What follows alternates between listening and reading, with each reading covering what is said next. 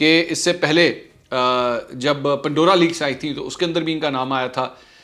اس کے ساتھ ساتھ جب شوگر کمیشن رپورٹ بنی تھی اس کے اندر بھی ان کی فیملی کا نام جو ہے وہ آیا تھا. ان کو جناب 6واں نمبر ملا ہے. لیکن مطلب ویسے بڑے قابل آدمی ہیں, مطلب ان کی قابلیت کے اوپر میں ڈاؤٹ نہیں کر رہا, لیکن میں ویسے آپ کو بتا رہا ہوں کہ ان کا بیک گراؤنڈ کیا ہے. اچھا, انٹرسٹنگلی 5واں نمبر آیا ہے جناب شیریں مزاری صاحبہ کا, اور ان کی ہے ہیومن رائٹس, انسانی حقوق کی وزارت جو ہے وہ ان کے پاس ہے. پاکستان میں انسانی حقوق یا ہیومن رائٹس کے حوالے سے اگر اس کے منسٹر کو سرٹیفکیٹ دیا جائے تو میرے خیال میں اس سے بڑا مذاق کوئی نہیں ہو سکتا پوری دنیا کے اندر, کیونکہ ہماری ہیومن رائٹس کی کنڈیشن کیا ہے.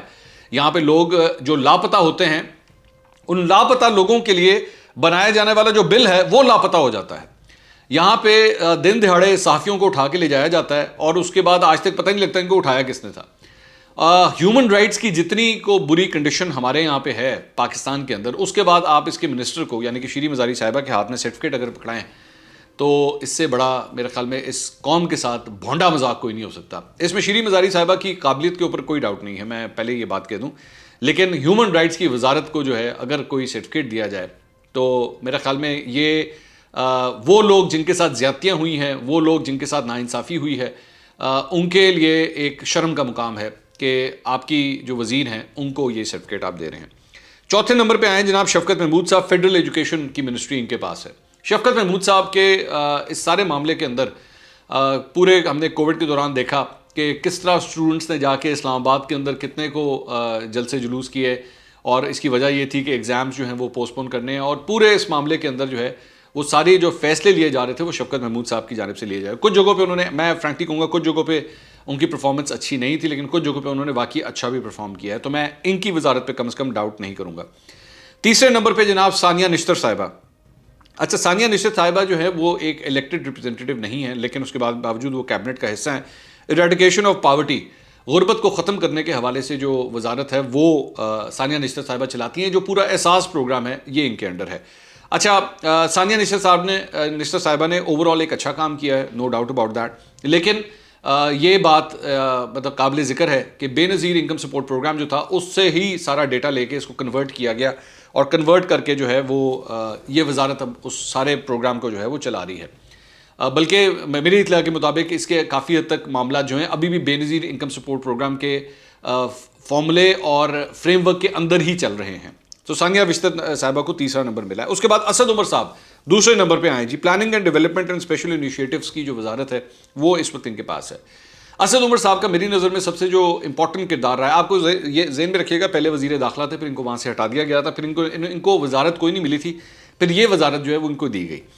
اسد عمر صاحب نے میری نظر میں جو سب سے قابل ذکر کام کیا وہ کووڈ کے دوران کیا. کووڈ کے حوالے سے جتنی بھی پلاننگ ہو رہی تھی, جو بھی ایکسیکیوشن ہو رہی تھی, اس کو ہیڈ جو ہے وہ اسد عمر صاحب کر رہے تھے. تو میرا خیال میں پھر بھی انہوں نے قابل ذکر کام کیا ہے, اور یہ میرے خیال میں ڈیزرو کرتے تھے. بلکہ میں تو ایکچولی کہوں گا ان کو نمبر 2 کے بجائے نمبر 1 ملنا چاہیے تھا, لیکن نمبر 1 کے اوپر جو ہیں وہ ہیں مراد سعید صاحب. مراد سعید صاحب جو وزیر مواصلات ہیں, عمران خان صاحب بہت ان سے امپریس ہیں. یہ پہلے اسٹیٹ منسٹر ہوتے تھے, لیکن اس کے بعد ان کو فیڈرل منسٹر بنا دیا گیا تھا, اور یہ بیسکلی تقریریں بہت اچھی کرتے ہیں. خاص طور پہ ان کی جو ڈیوٹی ہے وہ بلاول بھٹو صاحب کو کرٹیسائز کرنا جو ہے وہ ان کی ڈیوٹی ہے. پاکستان پیپلز پارٹی کے اوپر خاص نظر کرم کرتے ہیں, بلاول بھٹو کے اوپر خاص نظر کرم کرتے ہیں. لیکن یہ انہوں نے عمران خان صاحب کو اس بات پہ کنونس کیا ہے کہ جناب جو سڑکیں نون لیگ کے دور میں بنتی تھیں وہ مہنگی بنتی تھی, ہم جو سڑکیں بنا رہے ہیں وہ زیادہ سستی بنا رہے ہیں, ہمارے جو ٹول پلازاز ہیں وہ بھی اب زیادہ بہتر پرفارم کر رہے ہیں, اور پر کلومیٹر ہماری جو کاسٹ آتی ہے سڑک بنانے کے لیے وہ ہماری زیادہ سستی ہے. اس بنیاد کے اوپر میرے خیال میں مراد سعید صاحب کو جو ہے نمبر 1 کا سرٹیفکیٹ ملا ہے. البتہ مراد سعید صاحب کا یہی ایک بیان ہے جو آج تک اس حکومت کے آڑے آیا ہوا ہے, اور ہر جگہ جو ہے وہ کوٹ کیا جاتا ہے کہ جناب آپ نے تو $200 ملین لانے تھے اور 100 ادھر مارنے تھے تو 100 ادھر مارنے تھے.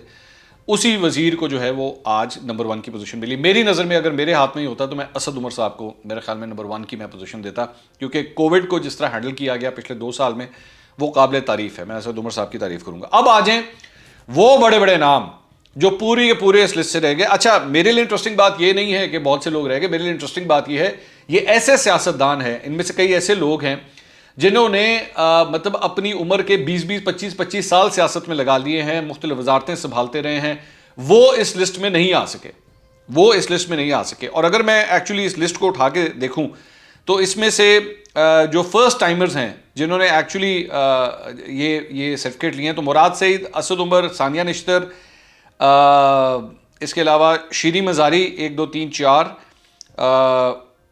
موحد یوسف، بس یہ 5 بندے ہیں. 10 میں سے 5 بندے ایسے ہیں جو پہلے کبھی کسی وزارت میں غالباً رہے ہیں. اگر میں ریکارڈ میرا ٹھیک نہیں ہے تو پلیز مجھے کریکٹ کر دیجیے گا، لیکن میری نظر میں 10 میں سے 5 لوگ ایسے ہیں جو بالکل پہلی دفعہ کسی وزارت میں ہیں، اور 5 لوگ ایسے ہیں جو پہلے بھی کئی وزارتوں میں رہ چکے ہیں، پچھلی حکومتوں میں پچھلی پارٹیوں کے ساتھ رہ چکے ہیں. بڑے بڑے نام جو نہیں آ سکے. چودھری غلام سرور صاحب، ایویشن کی وزارت ان کے پاس ہے، لیکن انہوں نے جس طریقے سے پائلٹس کی لائسنسنگ کا جو ایشو ہینڈل کیا تھا، میرے خیال میں بالکل بھی ڈیزرو بھی نہیں کرتے تھے کہ ٹاپ 10 کے اندر آئے. ہمارے جناب ڈیفنس کے منسٹر پرویز خٹک صاحب، وہ بھی اس لسٹ میں نہیں آ سکے. پرویز خٹک صاحب جو ہیں وہ میں نے پہلے بھی کئی دفعہ بات کی ہے کہ ان کا ایک آنرری قسم کی ان کی جاب ہے، ان کا کوئی لینا دینا نہیں ہے، یہ صرف ایک سائننگ اتھارٹی ہے، اس کے علاوہ کچھ نہیں ہے. زبیدہ جلال صاحبہ، ان کو جو ہے یہ باپ پارٹی سے ان کا تعلق ہے، ڈیفنس پروڈکشن ان کے پاس ہے، ان کا بھی کوئی ان کو صرف برائے نام ان کو وزارت دی ہوئی ہے، ان کا کوئی لینا دینا نہیں ہے. اچھا، اکنامک افیئرس کے عمر ایوب صاحب. عمر ایوب صاحب ایک ایسی شخصیت ہیں جنہوں نے مطلب سب حکومتوں کے اندر جو ہے وہ انوالو رہے ہیں، نون لیگ میں بھی رہے، کاف لیگ میں بھی رہے، مشرف دور سے لے کے اب تک جو ہے یہ سیاست کرتے آئے ہیں، اور باتیں اگر آپ ان کی سنیں فلور آف دا ہاؤس تو کمال سپیچ کرتے ہیں، لیکن یہ بھی اس لسٹ میں نہیں آ سکے. ہمارے جناب فائنانس منسٹر شوکت ترین صاحب، جن کی محنتوں کی وجہ سے ابھی آپ کو IMF کا قرضہ ملا ہے جس پہ بڑے بھنگڑے ڈالے جا رہے تھے، مل گیا، 1 ارب اور مل گیا، $1 ارب اور مل گیا، وہ بھی اس لسٹ کے اندر نہیں آ سکے. فواد چودھری صاحب، انفارمیشن منسٹر، وہ بھی اس لسٹ میں نہیں آ سکے، ٹاپ 10 کے اندر نہیں آ سکے. جبکہ میری نظر میں فواد چودھری صاحب جو ہیں بڑے ایک پرانے سیاستدان ہیں، پیپلز پارٹی میں بھی رہے ہوئے ہیں، مشرف صاحب کے ساتھ بھی رہے، اور اس کے بعد یہ انفارمیشن منسٹری پہلے ان کے پاس تھی، پھر سائنس اینڈ ٹیکنالوجی میں گئے، پھر واپس یہاں پہ آئے. لیکن میں جس طرح ہمیشہ کہتا ہوں کہ انفارمیشن کا شعبہ جو ہے وہ میرے خیال میں پاکستان تحریک انصاف کا جو ہے نا وہ سب سے زیادہ دکھتی رگ ہے. ہمیشہ عمران خان صاحب اس سے ناراض رہتے ہیں، ان کی سیٹسفیکشن نہیں ہوتی تو وہ بھی نہیں آ سکے. علی امین گنڈا پور صاحب، 50,000 جن کو ابھی جرمانہ ہوا تھا. کشمیر افیئرز اینڈ گلگت بلتستان کا معاملہ ان کے پاس ہے، کتنا کو انہوں نے کام کیا ہے کشمیر افیئرز کے لیے وہ میرے خیال میں آپ سب کے سامنے ہے، وہ بھی اس لسٹ میں نہیں آ سکے. بائی دا وے ان کے بھائی جو ہیں وہ ابھی الیکشن لڑنے والے ہیں. علی زیدی صاحب جو بحری امور ہیں، میری ٹائم کی جو منسٹری ہے وہ ان کے پاس ہے، وہ بھی نہیں آ سکے.